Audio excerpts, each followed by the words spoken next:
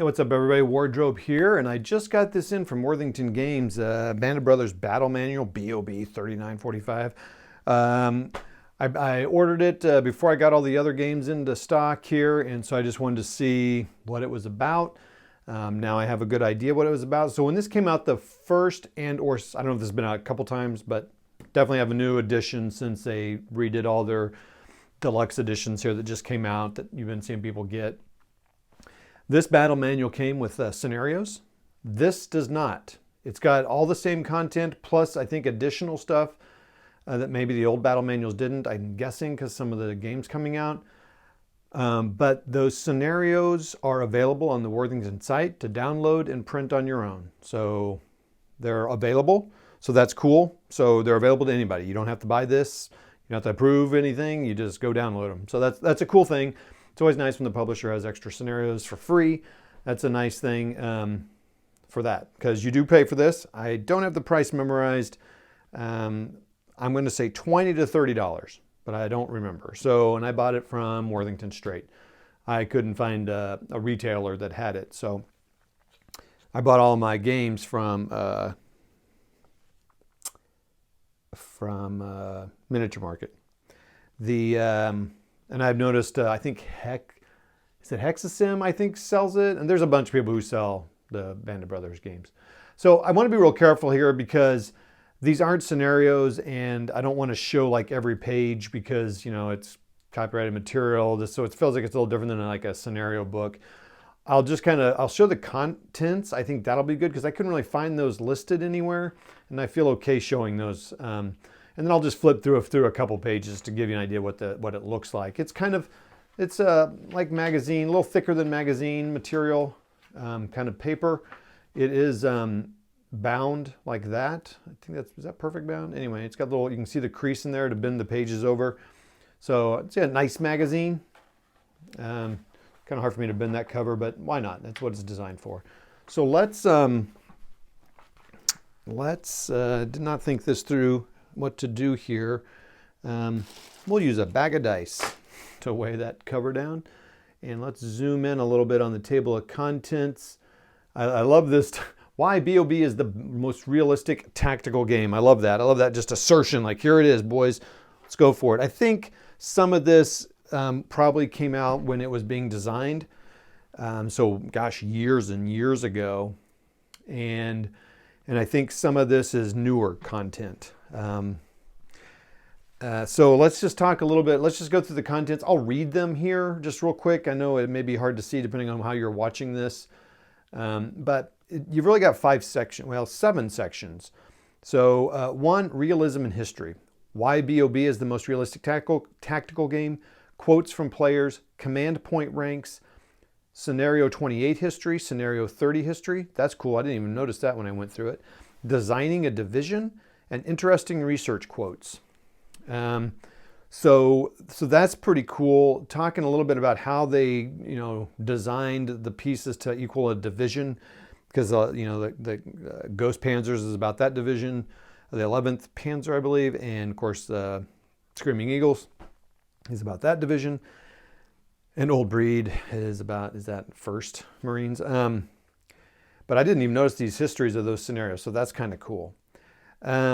These research quotes were interesting. So it's just, he shows the books that he used, Jim and maybe others, to research the game and scenarios, and then what led to what, and then quotes that they found interesting. And I think I'm guessing, I just kind of peruse them real quick. If you peruse those, you'll probably see why he made decisions he did, kind of based on different quotes, like, oh, then maybe I need to reflect this in the game or in the scenario.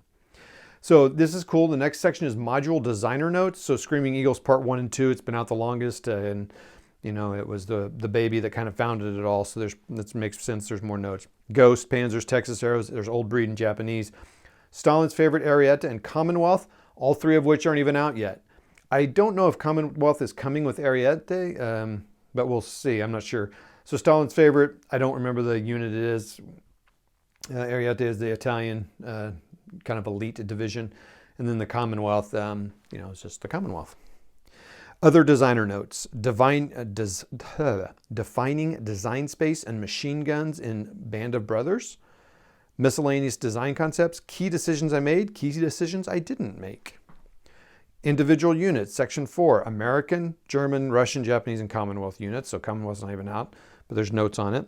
And just kind of talking about why they gave them the points they did not. And I think, again, that's an interesting look into why, things are designed the way they are. Kind of because I've been thinking about the proficiency score on the tanks and, what that really represents. And I first thought it meant something like morale or their ability to, function as a unit. Well, it does represent that, but it also functions as, I think, we'll find out, maybe I'll learn this.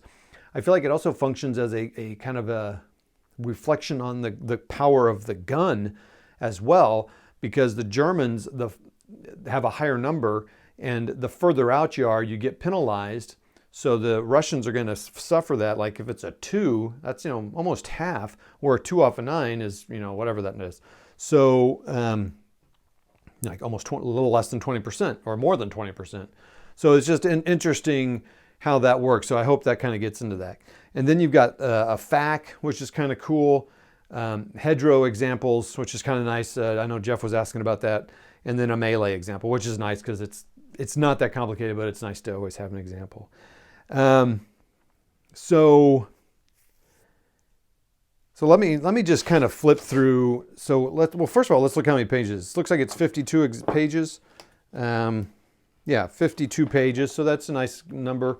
I thought this was kind of cool. The back cover, it kind of shows the original art that the covers are designed from. So, Screaming Eagles uses this part, and Texas Arrows uses this part, and then, Ghost Panzers that part. So that's kind of cool, showing that. And it's just cool seeing that art. Let's look at these examples here. So I thought these were cool. They're very nice and clear, big examples, like just everything in the book. Very nice and clear, big. How to melee. I don't mind showing that. The stuff there. Blah, blah, I hope it's okay. And then the FAQ is just questions and answers, things like that. It's mainly text. There's not a lot of pictures, which is, fine. You don't really need it. So maybe I'll just do this. Just kind of so these are quotes from the books that he noticed, pictures. Talk about operations range. I think that'll be interesting. Just kind of read about. Really, these are tank designer notes. These are designer notes. Ghost Panzer. A little bit about paths and palm trees and things. A little bit more about the history of that thing. So firepower, space, equipment, flanks, movement, space. I know he talks about the proficiency. American guns and vehicles, just showing what they've got. And that he does that with the tanks, and then he kind of breaks down the units, like what's elite and all that stuff. So, Japanese guns. So you can see the nice big pictures, facts, and all that, Commonwealth units. I mean, I don't think there's a whole lot really to show here without giving it away, and I don't really feel comfortable doing that. So I got a couple thoughts on this after receiving it.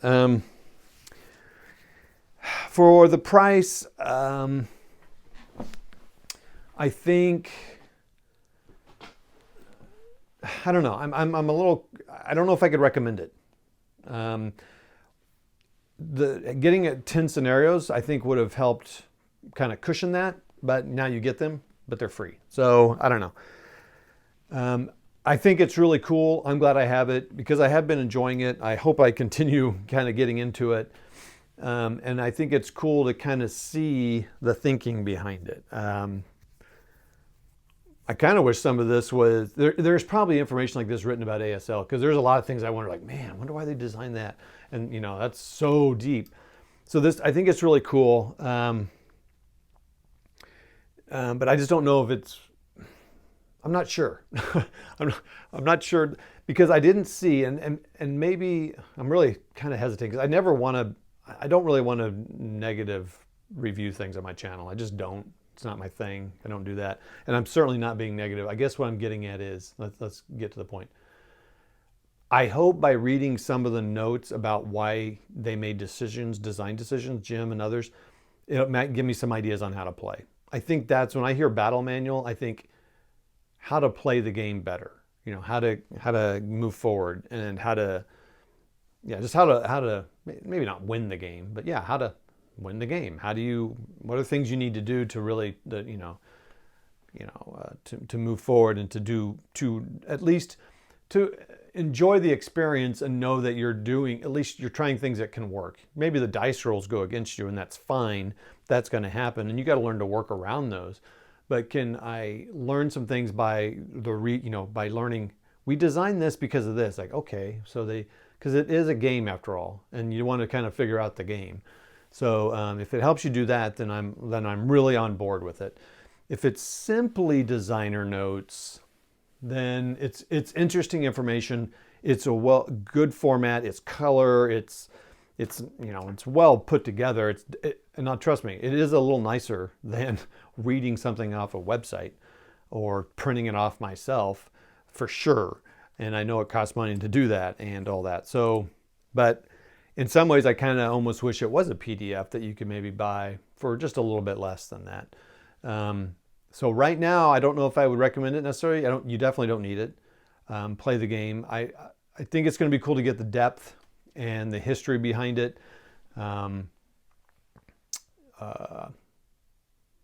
Maybe if it was included, like Texas Arrows, that box is like nearly empty. Maybe include it in that. I don't know. And again, maybe packaged with a map. That might be kind of cool. And a couple scenarios that play on both sides of that map. That might be kind of neat too. I don't know.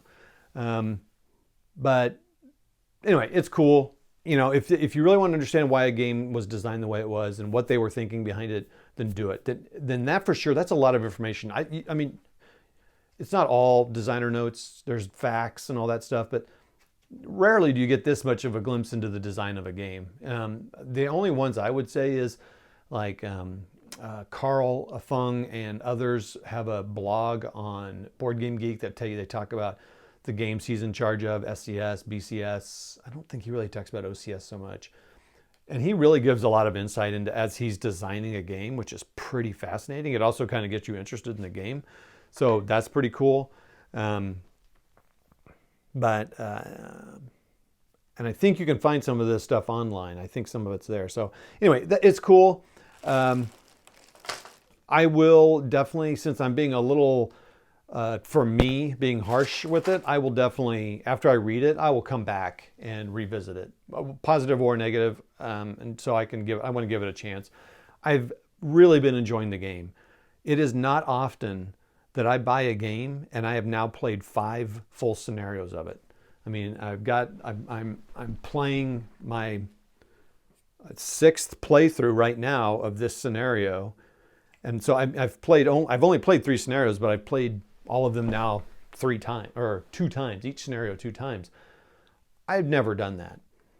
The only game I've done that with, just not this fast because it doesn't play as fast as this, was Combat Commander, where I played every scenario in the first game once, and then a few games in the Mediterranean and a few games in Russia. I mean, I just played a few. I've probably played the most of that game compared to most other things. And then I was starting to move in that direction with fighting formations, but but again, those games take longer. I mean, if I turn this camera off and I sit down and play this scenario, I'll have this done in, I don't know what kind of time frame, an hour, hour and a half, and I'll be done, and I won't be exhausted. I think that's the thing.